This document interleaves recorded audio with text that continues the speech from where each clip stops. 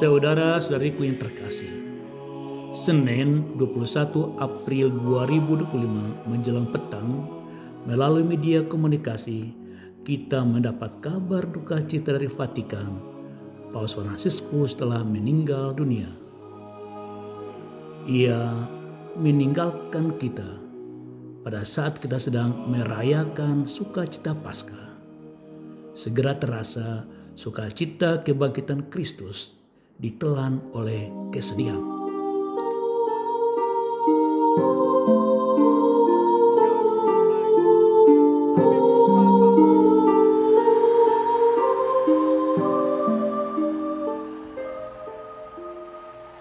Saudara-saudariku yang terkasih, Paus Fransiskus terpilih pada tanggal 13 Maret 2013 setelah hari kedua konklav kepausan. Dia diumumkan menjadi paus yang menggantikan Paus Benediktus XVI dengan nama Paus Fransiskus.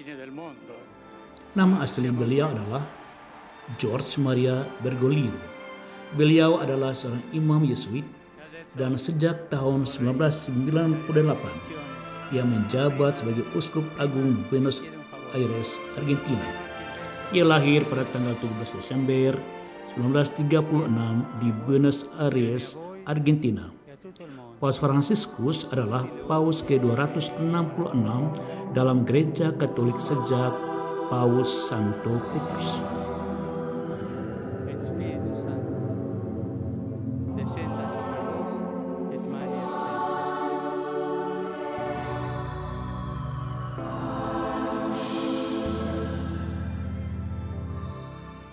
Saudara-saudariku terkasih, Paus Fransiskus menampilkan figur pemimpin umat yang amat sangat sederhana, rendah hati, pendengar dengan hati, pribadi dialogis dalam setiap interaksi, merangkul kaum tertindas, terpinggirkan akibat sistem sosial, politik dan ekonomi yang menjadi orientasi tatanan global saat ini. Beliau memilih tinggal di tempat yang sederhana, Casa Santa Marta, bukan di Istana Vatikan. Saudara-saudariku yang terkasih, kesederhanaan hidup Paus Fransiskus juga tertuang dalam setiap ucapan dan tindakannya dan dirumuskan dengan amat sangat jelas dalam dokumen-dokumen yang telah dikeluarkannya, seperti Gaudium Evangelium, misi penginjilan gereja pada masa modern, Fratelli Tutti, persaudaraan dan persahabatan sosial, Lumen Fidei, terang iman. Beliau tidak hanya memikirkan kemanusiaan yang tergerus oleh kekerasan dan konflik, tetapi mengarahkan perhatian kita pada alam yang sedang rusak dengan menerbitkan sebuah dokumen Laudato Si, puji bagimu. Semuanya itu adalah ekspresi dari hati dan kehidupannya sendiri. Isi dokumen-dokumen tersebut sejalan dengan tindakan pastoral Paus Fransiskus dalam pengembalaan umat Katolik dan sekaligus menjadi sumber inspirasi bagi usaha-usaha konkret untuk mewujudkan dunia ini sebagai rumah persaudaraan dan arena perdamaian yang sejati. Saudara-saudariku yang terkasih, Paus Fransiskus benar-benar menampilkan pengembalaan yang memberi perhatian kepada umat dan kelompok yang tak berdaya dalam tatanan kehidupan global ini.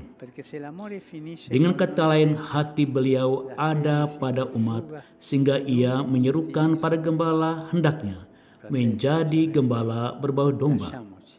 Seruan pengembalaannya menyampaikan pesan pastoral dengan bahasa yang penuh sapaan kebapaan kepada semua umat dan para pemimpin gereja.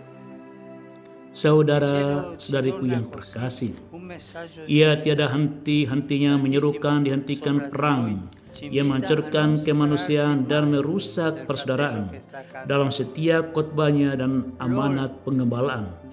Bahkan ia berani mengambil langkah diplomatik penggembalaan dalam usaha mengakhiri perang di Palestina, Rusia, dan Ukraina.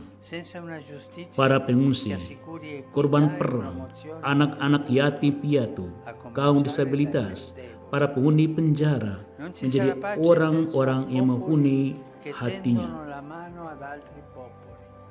Non ci sarà pace finché gli altri saranno un loro e non. Kita ingat, ia pernah melakukan kunjungan ke penjara dan dengan mengejutkan mencuci kaki perempuan dalam tahanan sebagai tindakan dramatisir Yesus mencuci kaki murid-muridnya.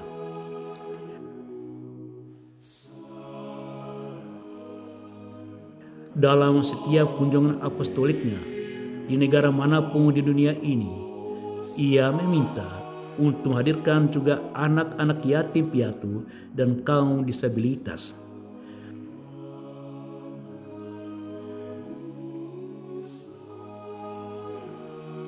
Saudara-saudariku yang terkasih di dalam Kristus. Pada tahun 2019, kunjungan Paus Fransiskus ke Abu Dhabi untuk bertemu dengan tokoh-tokoh lintas agama telah memberikan kepada kita sebuah informasi. Dia adalah Bapa Toleransi abad ini. Pada tanggal 4 Februari 2019 bersama Imam Besar Al-Azhar Profesor Dr. Ahmed Al-Tayeb, beliau menandatangani sebuah dokumen, the Document on Human Fraternity for World Peace and Living Together, atau persaudaraan manusia untuk perdamaian dunia dan hidup bersama. Kelahiran dokumen ini mencerminkan Paus sadar bahwa agama juga dapat disalahgunakan oleh kekuasaan politik sehingga melahirkan konflik-konflik lintas agama bagi para pemeluknya.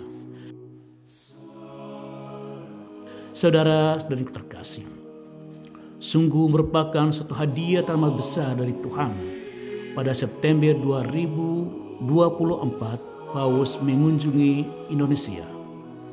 Sambutan umat Katolik, pemerintah, dan masyarakat Indonesia atas kunjungan tersebut mencerminkan Paus bukan saja milik umat Katolik, ia milik tokoh-tokoh dunia, milik masyarakat, milik umat manusia.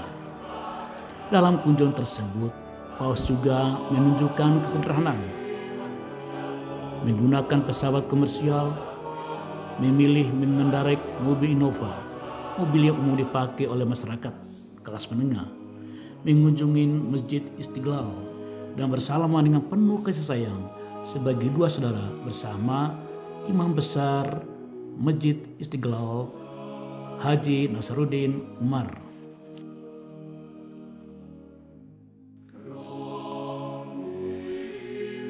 Saudara-saudariku yang terkasih, Paus Fransiskus meski di usianya yang senja dengan sejumlah keterbatasan fisiknya, tiada henti mengunjungi umat Allah, menyapa dan menyemangati seluruh umat di belahan dunia ini.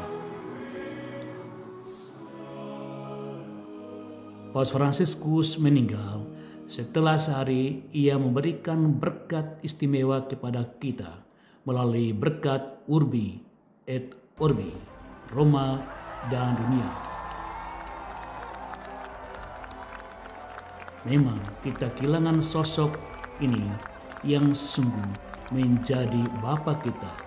Namun ia telah mewariskan kepada kita teladan dan ajarannya. Tindakan kasihnya menjadi inspirasi iman bagi seluruh dunia. Buona Domenica delle Palme. Buona Settimana Santa. Paus Fransiskus sungguh telah menunjukkan kemuliaan Allah lewat seluruh hidupnya. Kini ia telah kembali kepada Bapa di surga.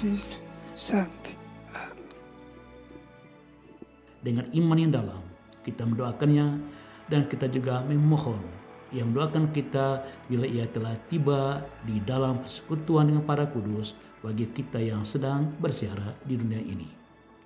Tuhan memberkati kita.